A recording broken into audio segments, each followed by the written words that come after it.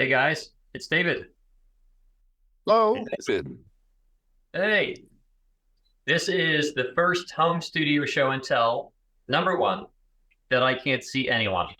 I have no idea of who's on the call. And I like seeing some of your faces and see your, not, I should say I like seeing all of your faces into your studios. Tonight I can't see you. Someone else is holding the phone, the camera for us. But we are broadcasting live from Edge Studio in New York City, which is super, super cool. A few months ago, someone said, it'd be really cool to see your studio. And I kept thinking about that. And, well, we're doing that tonight. So we are going to make this call a little bit different. Tonight it is only Edge Studio. No other voice actors are on. We're going to show you our 5 rooms here in New York City. Cool. And you're welcome to ask questions along the way. Because we have 5 studios, we're going to move through each one pretty quickly. Please feel welcome to ask questions. Everyone has left here for the day. One engineer, Kevin, our lead engineer, who's terrific. So I'm happy to introduce him to everyone. I love Kevin. Yeah, we'll do this thing. You guys good? So here in our New York City studio, we have 5 rooms. Our space is just over 4,000 square feet. We're between 6th and 7th Avenues. Joshua is now panning to our office area, which everyone has gone home for the day. We have about 8 people in the office. And as he's scanning through, you'll see our other spaces. But we're going to take you into each space and show you the equipment, show you the acoustic padding, and how the space is set up. I thought it'd be really interesting to start from right behind Joshua to your left. Joshua, you can start here. Yeah, you've got it. Okay. Joshua's going to stand right here. So, guys, this is a very interesting perspective. Actually, Joshua, can you quickly turn and pan to see the 3 elevators? Yes. I'll show you guys why. We have 3 elevators into our space. And now when we switch spaces. So this is where the entire studio starts. When I took over the space, only these 2 elevators were for us to use. The 3rd elevator was the service elevator. So what I did is I kind of designed the entire 5 rooms around these 2 elevators. What that means is that from this perspective, you can see the engineers in 4 of the 5 studios. And that's really important for safety or security, I should say, because at 5 or 6 o'clock, most everyone in our office goes home, but the engineers are often here late. And this way, the engineers can see anyone coming off of the elevator. So Joshua, do you mind spaces? So as Joshua takes the space where I was, you can see over here into Studio A. Steve, the engineer at Studio A, just walked out a few moments ago, but you'd be able to see him. And from that same perspective, you can see the studio, the engineer at Studio B, the engineer at Studio E, and in Studio D. Studio C never quite worked out. I sat with this floor space for probably 2 or 3 months, drove my wife crazy, trying every configuration to try to have line of sight from all 5 studios to the elevators. It just didn't work. So we have line of sight 4 of the 5 studios to the elevator, which is great.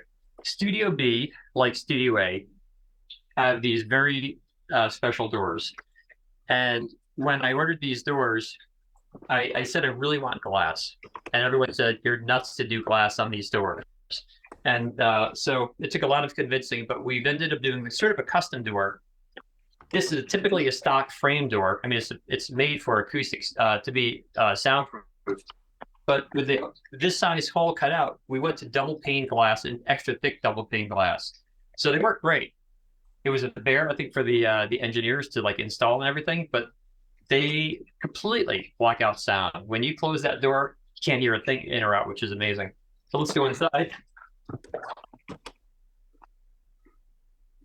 And everyone, this is Kevin. Hello, everybody. Kevin, that's everyone. Kevin is our lead engineer. He's been here 8 years. 10 years. 10 years. This month. 10 years. If any of you have worked with Kevin, you'll know he is by far the fastest editor I have ever witnessed. And he's the most precise editor you'll ever find.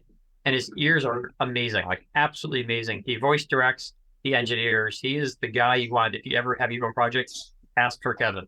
Unbelievable engineer. Great guy. Everyone loves him here. Kevin, do you want to talk a little bit about the room here? Briefly, the equipment. Yeah. Sure. So we have we got a Mac Ultra back here. Let's see, solid state drives. We got some Sony. What are these? The MDR 7508s. Let's see if we go down to the rack here. We got the Grace Design M103 mic preamp with onboard EQ and compression, which is great for doing animation records and video games, just to give it a little bit of a nice compression. Personas Quantum 2626 Thunderbolt interface with an additional 8 mic pre's.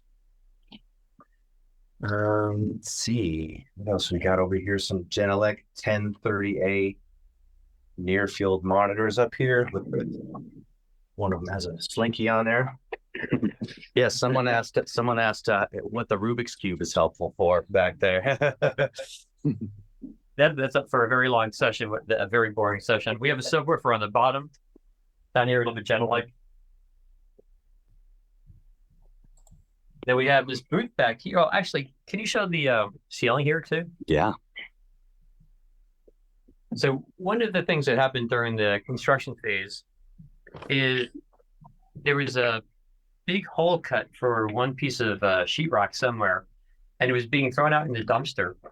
It was a piece of foam, rather, and it was being thrown out in the dumpster. And I said to the contractors when they were building this place, that'd be kind of a cool thing on the ceiling. And they said, what are you talking about? Well, anyway, long story short, I had to make more of these round pads. They're all hung at different heights, which is terrific. So we get sound that hits the ceiling will bounce back down and get caught through the foam again. So the sound in here is really pristine. In fact, this is exciting news. We can talk about this now, Joshua. So B&H, who is an amazing, I think probably most of you guys know, B&H is a music retailer in New York City. They wanted to run a microphone test not long ago. And of all the studios anywhere in the area, they chose this particular room to run their microphone test. They tested 68, was it 60, Kevin, 68? Yeah, almost 70 microphones. Okay. Wow. For 4 days. They had 4 different speakers, each talking to different microphones, and that's now live on their site, which is pretty cool. So yeah, the acoustics in here are really pristine. And we have a booth back here that holds quite a few people. You want to go in?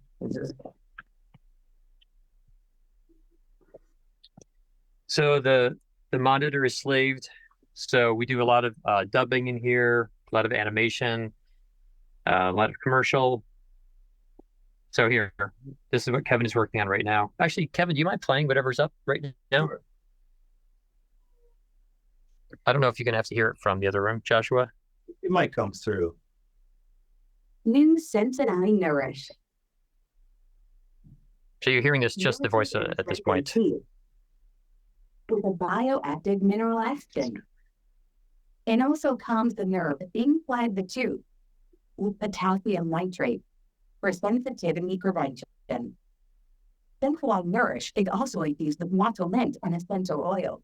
Invest in healthier teeth. New Sensory Nourish. So we have recorded quite a number of commercials in here as well. And this is pretty interesting. What I could show everybody is the low noise floor in the booth here. We actually have got the door, and we arm the microphone, which is right here. And I'm going to turn up my mic pre to about where I normally set it for an average video, which is right about there. If we hit record, let's go to the end of the track and just start recording. We're at about minus 68, 67. Nice noise floor, really low. Oh, yeah. Fabulous. Kevin, can you join us for the other rooms? Sure. Yeah, either way, folks. Okay, so guys, let's go into, actually, before we go into another room, does anyone have questions? Or Joshua, you can see the chat. Any questions? This is downtown New York. This is actually this is right in Midtown. We're not too far from Times Square. They were asking if this is downtown New York. Oh yeah, we're about a 90-second walk to the TKS booth. like the center of Broadway. Yeah, so definitely a noisy town, but we're on the 8th floor, so we're a ways up. Yeah. So, you know, what's interesting? So when I took over the space, it was a tech company, and the entire space was lined with windows. So we have windows on 3 walls. So, Joshua, do you mind turning around? We have windows here. It's dark out now, but these are all windows, and they can actually open. But we had these also custom done, so we can have fresh air in the studio. We have fresh light. But what's cool is this is into an alleyway, so there's absolutely no noise that comes in. First of all, if the windows are closed, it's soundproofed. It really is just about soundproof. As soundproofed as anything can be. But even with the windows open, it's really quiet. And we're in the control room anyway. No noise would ever get into the booth. But it's really nice to have a room with natural light. I can't think of any studios that have that, but it's nice. It's very nice. Okay, so we should go into Studio E. We have 2 rooms here, which we call power studios. They're virtually identical in acoustics, identical in, well, they have the identical in equipment, but we just redid the equipment in one. So never mind that, but the acoustics are the same. And the theory is, and it does work, if one room goes down, if something crashes in a room, we can pick up and go to the other room and theoretically match the sound perfectly, have the same microphone, or even bring the mic with us. And that works out great. This is the only floor in all of Edge Studio that is not floating, right here, what I'm standing on now. Notice as we walk in, these are on the same level. That is for wheelchair accessibility. That had to be done by code. So this is one floor that's not floating. However, the booth in the back is floating. So theoretically, someone can record where we are right now. It's not optimal because this room right here, the control room, is tuned for a control room, not for an ISO booth. But if someone is in a wheelchair, they can record here, and we can bring in gobos and treat the acoustics in here, make it more like a booth. So this is these power studios, as we call them, are great for studio rentals and audiobooks. I think probably we do more audiobooks in these 2 rooms than anywhere else. Mm-hmm. They're great for 1 engineer, 1 voice director, 1 voice actor. The booth can hold 2 people quite comfortably.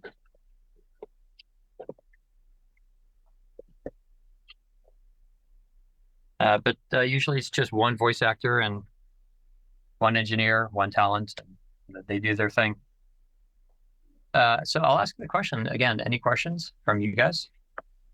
Well, actually, Kevin or David, why don't you tell us what's different gear-wise in this studio compared to the one we were just looking at? Okay. This one's a little stripped down a little bit more. I mean, we still have the Here Technologies monitoring system. These are great. Not even sure if you can get these anymore. I'm glad we have a bunch. Mac Pro, and this is a Focusrite Claret 4 Pre. I always like to have at least 4 inputs. And some Genelec 1029As. Just love these speakers. These are fantastic. And we never talked about the mics in Studio B, the first room that we were in. True. Right now, yeah, TLM 103. I think I saw that. TLM 103. Yeah, and sometimes I use the Sennheiser 416. Sometimes I kind of switch between, but I got two TLM 103s in there because sometimes we put 2 people in the booth. So. Okay, then we have Studio D. This is the other room that's essentially acoustically identical, except the floor is floated in here. Even the control room floor is floated. If anyone doesn't know what floating means, please feel welcome to ask. So this room, Kevin, do you want to talk about the equipment in this one? Sure. Yeah, this is a little bit more of an upgrade to E. Again, we got the Quantum Presonus 2626 Thunderbolt interface right here. Here's the Here Technologies monitoring system. And we also have a Mac Ultra in this room as well with the Genelec 1029A speakers.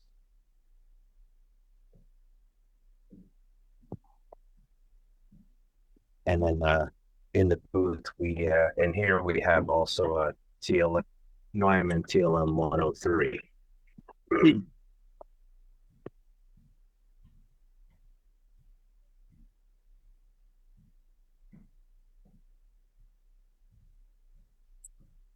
And I will tell you guys that all of the doors into these rooms, into the control room and the doors into the booths are also all glass on the inside, which the contractors weren't happy about, but we've done thicker glass and different kinds of glass to really make the acoustics work. Absolutely. Yeah. I don't know. I've seen too many studios which are dark and dingy in my day, and I just when we moved to here about 12 years ago, I really wanted something that was light and fresh and open, and so that's what we did. So Jason Birmingham was asking if we ever use any dynamic mics, or like about like the U87 or anything like that. Well, we have a U87 in here. The next room we go into. All right. But dynamic mics, we may have like a Shure like 57 hanging around somewhere, or 58. But if we have a 57 or 58, it probably hasn't seen the light of day in a long time. But I'm sure we have a couple hanging around. Yeah, I think we got a couple dynamic mics and some Shores and some small diaphragm things. Yeah. So this is Studio C. So here's a U87. This room is a little different in the sense that the carpeting doesn't match. We just changed the carpeting in this room. It's the same company that made the carpeting on the other floors, but different color. But it is the same material, and everything else is acoustically the same walls, same type of acoustic treatment. The ceilings are the same. All of these rooms are virtually identical. Yes. Oh, let's see. We got a question. Why choose one over the other? The TLM 103, the MKH 416, or the U87? Oh my goodness. Every microphone reacts differently. We have a beautiful pair of matched 414s. I'm sure we have some other. We have the lavaliers. Yeah. Some people just have like a U87 may not be right for someone because it can be very bright at times, and it has a mid-range hump, and it just may not work. So you switch it out with like a TLM 103 or a 416. Oh, but also we have clients sometimes who specify. We have quite a few clients who will specify. Yeah. I don't think anyone's ever specified a 103, but they specify the U87 or the 416. The 416 a lot. When we did a lot of work for flea market flip show, it always had to be recorded on 416. Yeah, because they're probably using that live on the road. We've also got a couple of people asking what the walls are made of. What's the fabric that that the acoustic paneling's made? Oh yeah. Okay. So I don't know the name of the fabric, but all these walls, if you can see my hand, they're kind of soft. It might be hard to see, but it is very, very dense foam. I don't know the name or the brand name, but it is the same foam in all of the rooms. I can certainly find that out. What I will do is find that out in a next month's home studio show and tell. I will tell. Yes. Yeah, I have no idea what the acoustic properties are, but this stuff is pretty hard. In Studio B, the first room we were in, we have one wall where we actually put up just foam that you can see. It's not encased in fabric. That is the only in Studio A, which you haven't seen yet, the big room, we have some foam that sticks out, but everything else is this stuff. Mm-hmm. And someone else, so TJ, I just saw your question about the keyboard over here in Studio D. That's a great question. Hold on, I'll show you. That's actually, you could show them guys. Yeah, you see this? It's got all these shortcuts for Pro Tools on it. But then look at this. It just comes right off. There's going to be a surge on Amazon for those tomorrow. Yes. They got it. Yes. Someone has asked, oh my gosh, where can I get that? And I think you just got the answer there, TJ. Amazon was. Or you can get stickers and then just find what shortcuts you use the most and then just put those specific stickers on the keyboard. So it's not just like this overwhelming. And we could also take a walk to Studio C's control room. Absolutely. Yeah, let's take it. Yeah, it's much different. Okay, so this is our, as we're passing by, I'll show you. This is our lounge over here. And it is very cold in New York City, so we have the fire on the screen. Yes. Makes you feel a little warmer. That's right. Gives us hope here. Yes. Then we have a storage hallway which you have to walk through to get to the back. Good.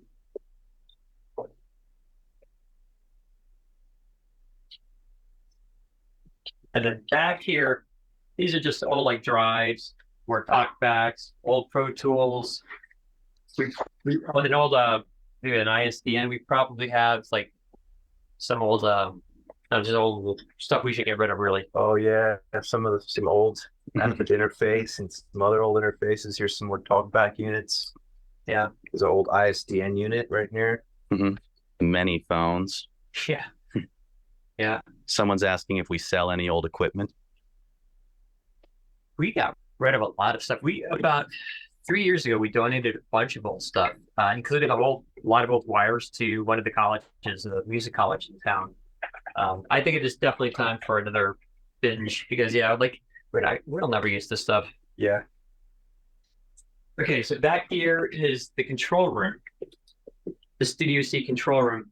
This is the booth of Studio C was the booth that had the U87 and the 416 in it. So we just walked around the long way. There's a door here that goes through. So right now I'm back with the U87 ones and 416. And some nice stuff in here. We have a Yamaha O2R console with some event monitors. Yeah, we do. This room is a whole lot of ADR, a lot of dubbing. You can see all the monitors there. Yeah, there's just 3 monitors in this room alone. We got some Focusrite Red 8 mic pre's. It's real nice with some with these DBX compressors. Hardware is always, once you get into hardware, there's just no turning back. You know, it's so great to have great hardware going in, great compressors going in if you need it. Yeah, in this room we have like a time code clock in front, and also a time code clock right on the other side of the glass. And all of the windows in all 5 rooms, all of the windows are the same. Double pane at the angles. One is plate glass, one is laminate glass. We've got a question here.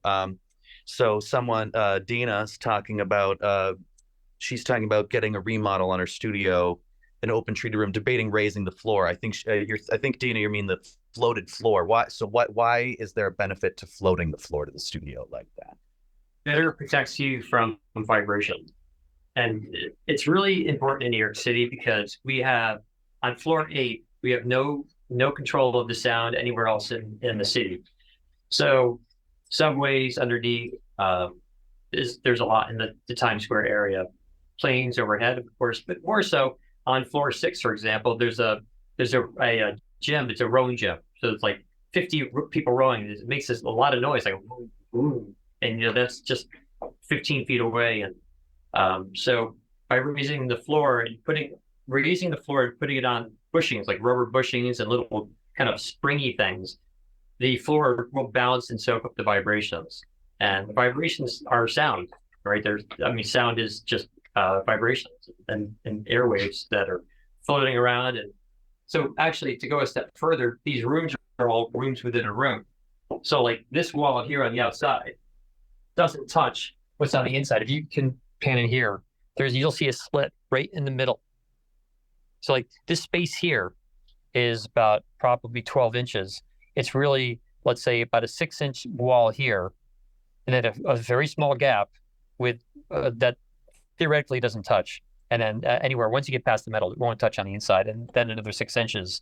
And so the sound can't transmit through one wall and vibrate its way into the other wall.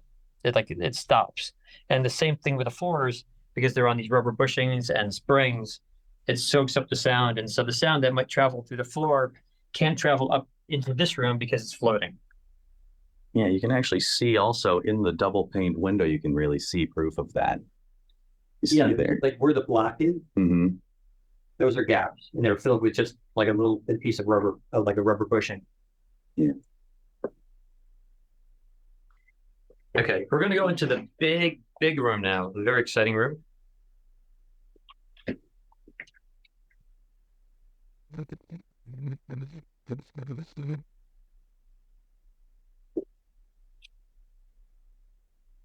And while we're walking to Studio 8, you guys have any questions? Yes, but wait, there's more, someone says. Yes. Very true. And Jeff, you said some very nice things there. Thanks a lot. Let me read what Jeff said. Jeff said, I was lucky enough to visit the Edge studio in January 2023, and it is very impressive when the elevator door opens. You see all the studios immediately. David and the staff are super friendly, and Kevin does incredibly great mixing and producing. Yes, Jeff Gelder. He generously masters the Children's Holiday Magic Project CD each year, which he's very grateful. If you find yourself in NYC, highly recommend you visit. Thanks a lot for that, Jeff. Really nice. You rock. Thanks. Yeah. And guys, you should check out the Children's Holiday Magic. It's really quite something.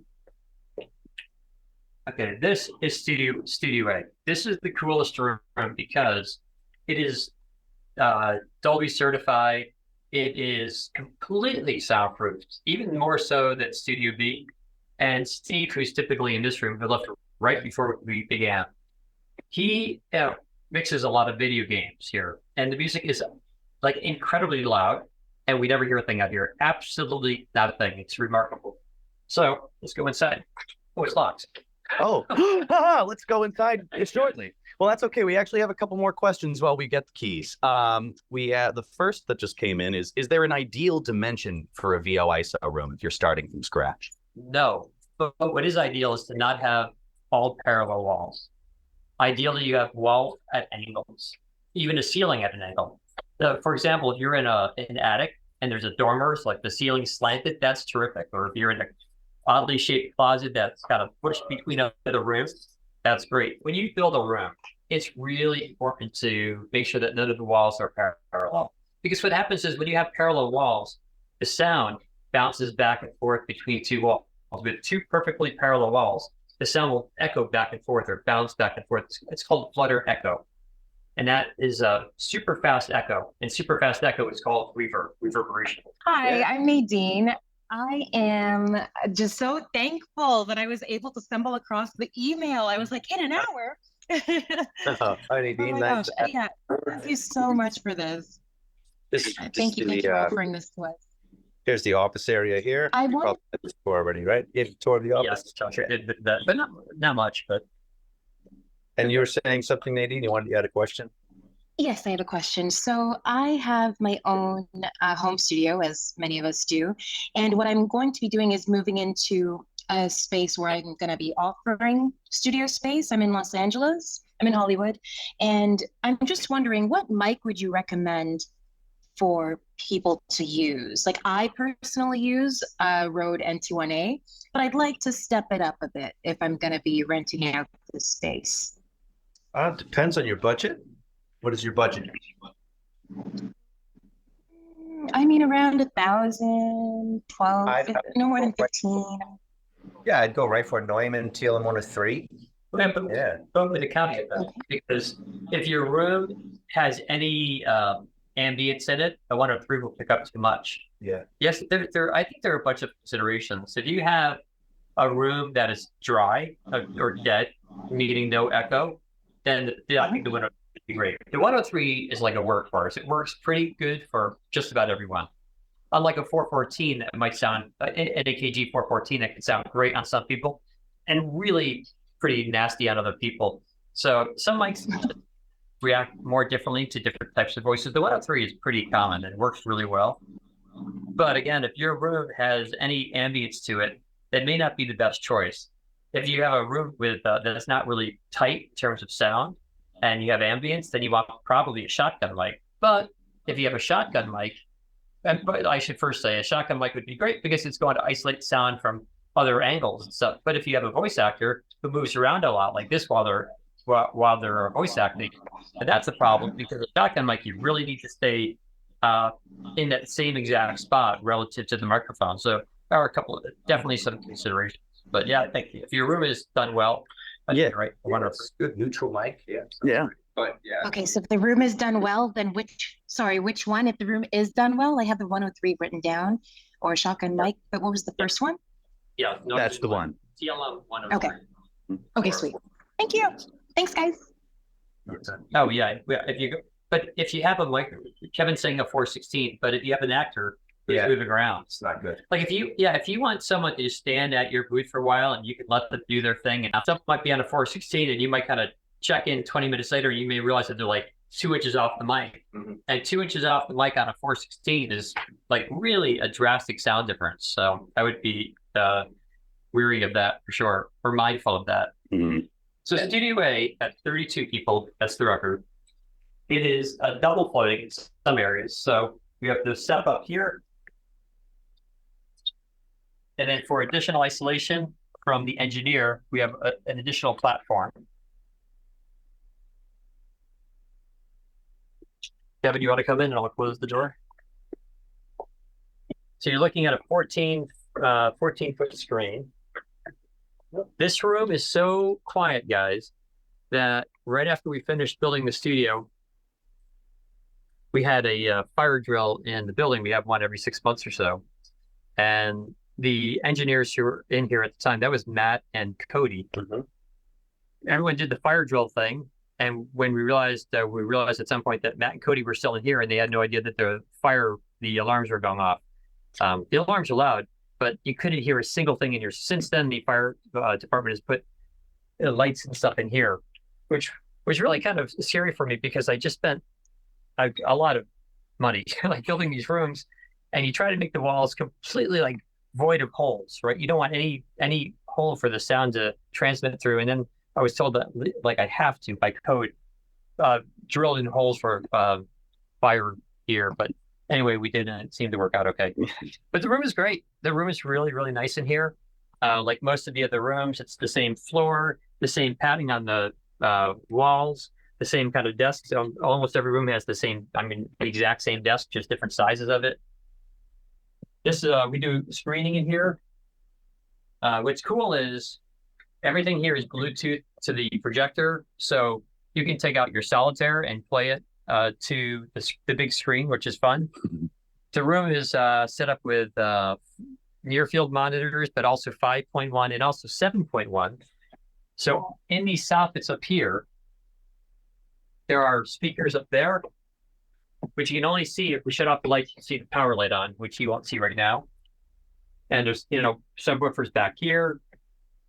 It's really nice to have natural light in this room. However, it's very easy to have blackout time in here. And we can do this for the 3 windows. And we also have a covering on the door, which is just alongside right now. It's not up, but well, I'll show you.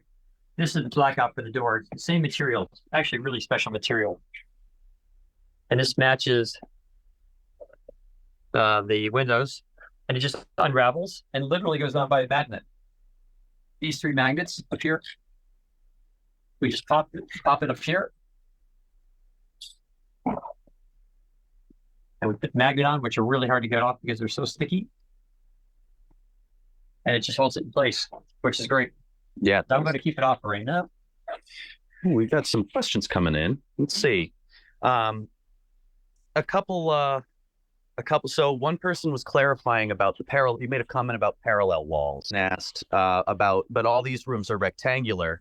But I don't know if we actually showed that they're not perfectly rectangular. There's actually like an angled wall in all of these booths that gives it this little extra little I can show you that again in a bit. But they're not parallel. But someone asked if they were putting a space in a closet.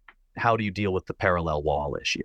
Oh, well, great question. So one of the other things in all of these rooms is that the ceilings have special treatments on them. The other rooms all had, in fact, I think we looked at one of the ceilings in one of the smaller rooms. In B, and then I showed briefly in E and D. So the ceilings here also kind of help diffuse the sound a lot. But there's also enough treatment to the walls that it's not an issue for us right now. But like you said, also, like Joshua said, the booths all typically have some angled wall. It might be slight, but there's an angled wall. If you're building into a closet, you might be fine anyway. If you keep all your clothing and sweaters and stuff on your shelves, that alone should dampen the sound enough that you won't have to worry about flutter echo. Like all you guys are trying to do is just stop sound from bouncing around. So with enough soft mass like sweaters and foam walls and moving blankets and sleeping bags and pillows, mattresses even, with enough stuff like that, you can be in perfectly square room. It's just that a non-square room or non-parallel wall room can help break up the sound. It can diffuse the sound. Yeah. Yes, actually, someone was even asking about the desks specifically. They're made by a company called Z-Line, and I think Z-Line is still in operation today. I don't know. They are actually. Yeah. I feel like I looked not too long ago. You know what? When we were changing the desk in one of the small rooms, I looked. Yeah. Yeah, it's a company called Z-Line, and I don't think they don't seem to make this model any longer. But it's great. This model is great because it gives us there's no support in the middle, even on a bigger desk, which is nice.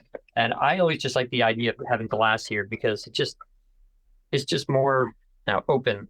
Like, as I talked about earlier, I like the idea of having lots of glass, lots of open space, and the thought of big clunky wood desks just didn't do it for me. We do have a wood desk in Studio C, which we were in not long ago. That was the last room we were in. That room we put a wood desk in for acoustic properties. But yeah, I like all the glass. Mm-hmm. So gear, yeah, what's going on in this, Kevin? Yeah.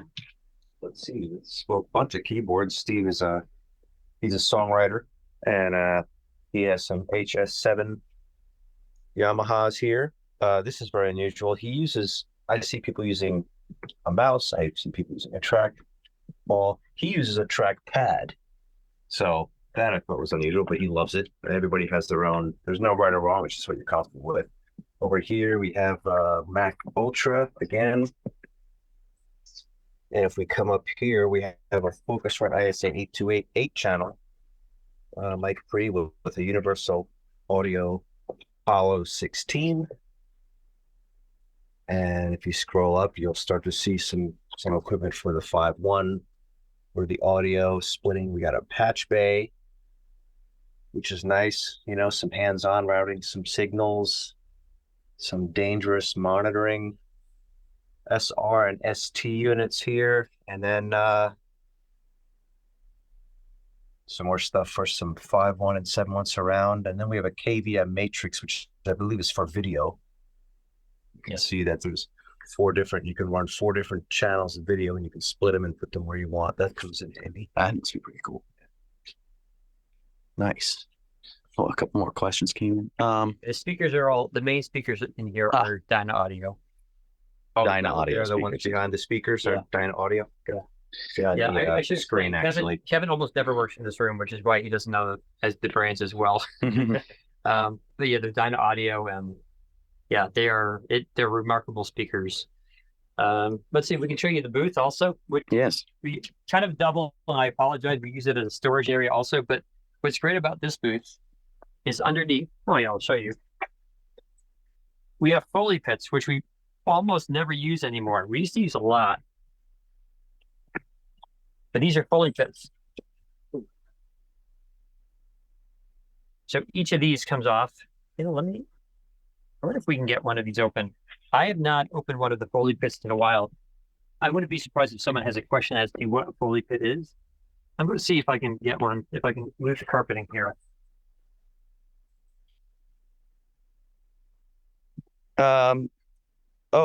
Someone asked about the blue Yeti mic. Oh, if you're talking about that one that's over there on the desk, Steve, who uses this room primarily, he's constantly having meetings and things like that. So that's definitely for his ability to communicate with clients and his team. Yeah, that's not for actual recording. Yeah, I don't recommend using Blue Yeti for a recording. Yeah, they're good for like simple or other things, like if you got a Zoom meeting or something, get a Blue Yeti. Yes, and Kevin, could you remind us also what the talkback equipment was in the booths? We showed the interfaces, but it's the Here Technologies. I'll have to look at the exact model again, but it's a company called Here Technologies, and they. But you could also get Dangerous is also another company that makes monitoring. Nice. So yeah, they're a company called Dangerous. And here's the Foley pit. Yeah. So we had one engineer in here for 4 years on one project, 4 or 5 years. Two guys were in here, Matt and Cody. Matt was the main engineer.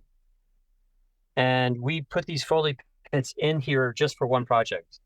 Knowing that it was a 4 to 5 year project, it was certainly worthwhile. That's when we built up the extra layer here, the extra platform level. So there are 3 Foley pits. Each Foley pit is essentially cut into half. So in some ways, you can say we have 6 Foley pits, 6 different surfaces. So these are this sounds like footsteps, because that's, if you need to add footsteps or something, that's what you have. So, but, right now, we just never use them. We just use sound effects that exist. We still sometimes make sound effects, but we just haven't used the pits in a long time. Yeah, if it takes me too long to find something, then I just look into doing it myself. Yeah. I need to open a bag of chips, so I'll just go downstairs, buy a bag of chips, go to the mic, open the bag. We've got someone. There are a couple more good questions. Someone asked, if when you're editing in your booth, is it better to use monitors or headphones? Yeah, it depends. Oh, well, if you use headphones, you're definitely going to catch everything. I use headphones when I'm editing. Yeah. Mixing, I go back and forth and I use both because you're going to get a different mix. So it's good to find a balance in between the two. Yeah. There's something called ear fatigue. If you wear headphones for too long, or if you listen to speakers for too long, your ears do get tired and you lose your hearing, or at least your sense of hearing. I don't think do you really lose your hearing? I'm not sure. Maybe someone has the answer to that question. Or your ears, you lose hearing processing. They get sensitive. They get sensitive. The physical. Well, Yeah. Sometimes if you switch to a different monitoring system, that's helpful. You will find that different types of speakers or headphones will work better for you. I've heard some people say that one type of headphones, they'll have hearing fatigue within 2 hours, and another pair they're able to go for 3 or 4 hours. So it's very nice to edit on speakers, I think, just because you're not succumbing to like things in your ears. You can talk with other people who walk by. You really ought to go to good, very good headphones. You typically you'll hear more. Yes. We've got also, what's the best way to run cabling and not compromise your wall and sound transmission? I think you must mean from the booth to the workstation. Yeah. Yeah. So if you think way, way ahead, then you can do some cool things like here. Can you zoom in on this? Yes. This looks ugly, but it is what it is. It's patch bay over here on the floor. And all of these wires come up here, XLRs and whatever they are. And they run under the floor to a few different places. Mainly, I'm going to move something out of the way. They run up behind this rack, which is a lot of wires. But there's also this patch bay here, which is identical to the one that we just looked at on the floor a moment ago. And so we can plug a microphone in or any device in or a computer in, either over here or back over here, and have it run to the same place. So which is really convenient. Also under the floor, we're running wires into the patch bay here. We can show the patch bay here. Okay.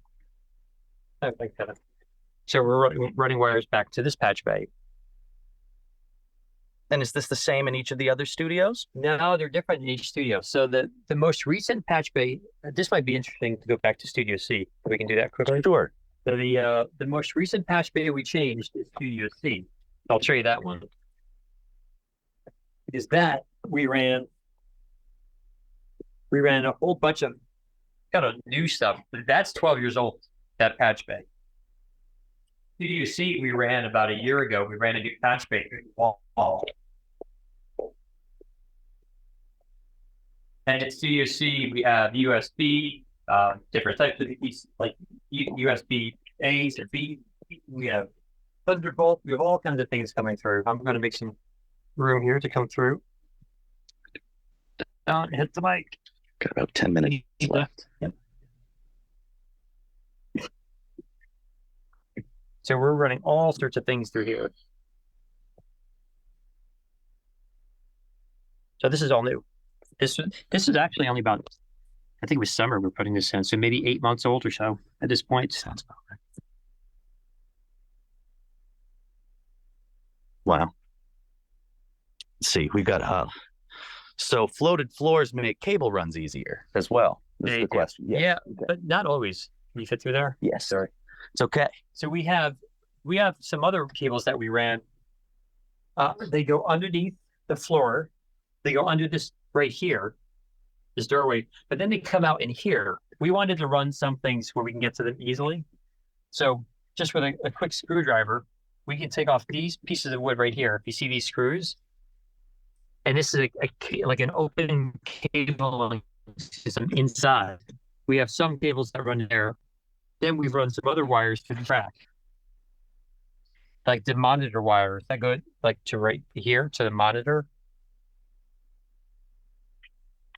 So you do have to get creative, but the more you think ahead, the better. And I would caution anyone who is going to hide wires underneath floors or build a little wire tram or something, put in extra wires, put in every kind of wire. Well, see what kind of wires are. Ask on a forum what kind of wires are coming next.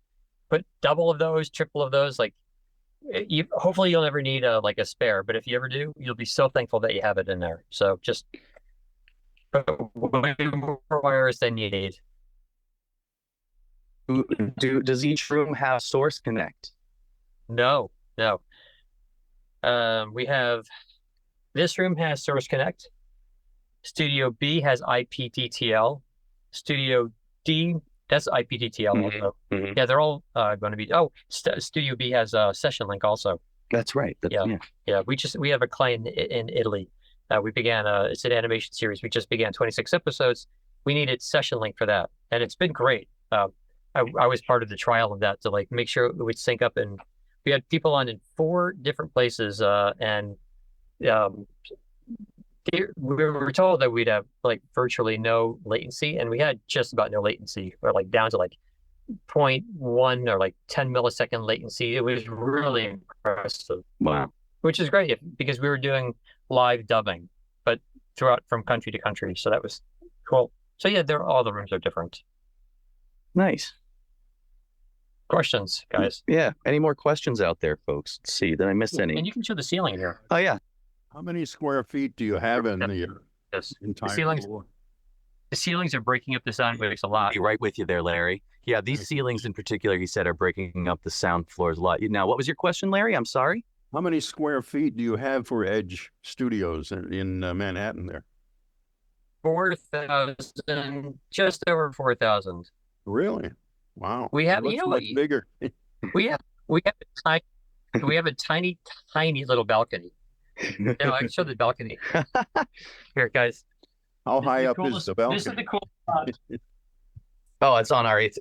We're on the 8th floor up here. So what we're about to see. Going to be cold, that's for sure. No, I don't think we're brand loyal to any brand here, but I would say always go with a high quality cable, because that's, especially if you're crossing cables and stuff and you want good shielding, definitely go with a good brand. They're here. The teeny balcony. Yeah. So if you can you see my hand here? Yeah. That way, 90 seconds is the dead center of Broadway, the TKS booths and everything. So it's really cool. It's a great location. It's loud outside, but inside it's really quiet, which is nice. It's a very, very tiny.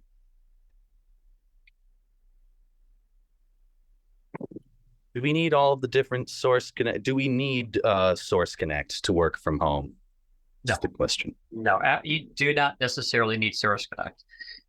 Source Connect and IPTTL and Session Link and all of the other remote connectivity software platforms out there, they're great.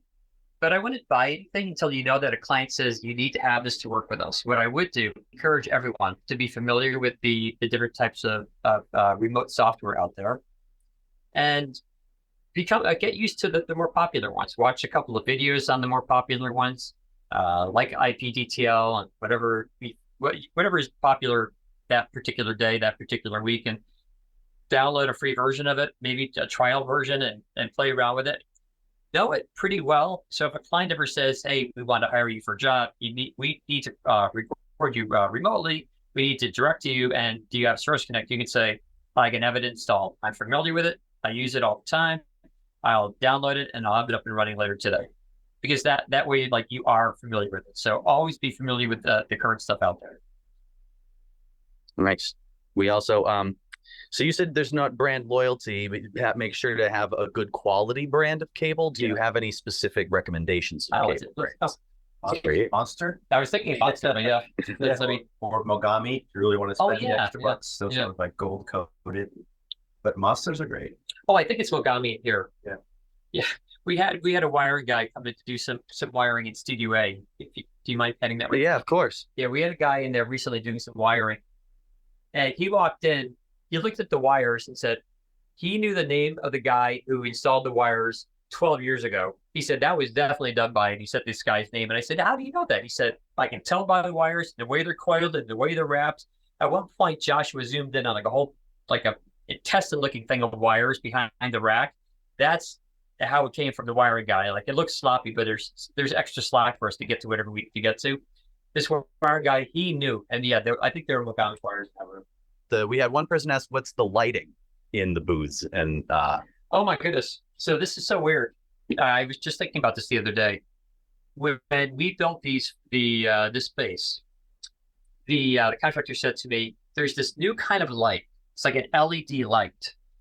And I said, "Really?" And he said, "Yeah, it would be really nice for you because it won't generate heat in the booth." And I said, "That's amazing. Like that'd be fantastic." It was like state of the art LED lights at that point. But yeah, they're all LED. Yeah. And dimmable, which is nice too. And then what are your thoughts on Steinberger, if you've got any? Oh, they make the interfaces, right? Mm-hmm. I actually haven't used the Steinberger, but I would definitely, before, getting away from like the Focusrites and the Apollos, some of those interfaces can get a little bit too complicated. I know we had a Motu in here, in like Studio E, I think, and I didn't like it at all. It was just way too pushing too many buttons to get into different menus. I like to have everything right there in front of me with the knobs, turning the knobs, make sure it is. So I haven't used one myself, but I would definitely check it out. Maybe go to a store, go to a B&H, or have a look at it and get recommendations. And since I know Jason Birmingham is on this call, you may know about that. Maybe you could answer the question. And if James Romick, who's always on Home Studio Show and Tells, if he's on, you'd probably know. There may be other people who know, but James and Jason, who both demoed their studios on a previous episode of Home Studio Show and Tell, which you should all watch. They're awesome.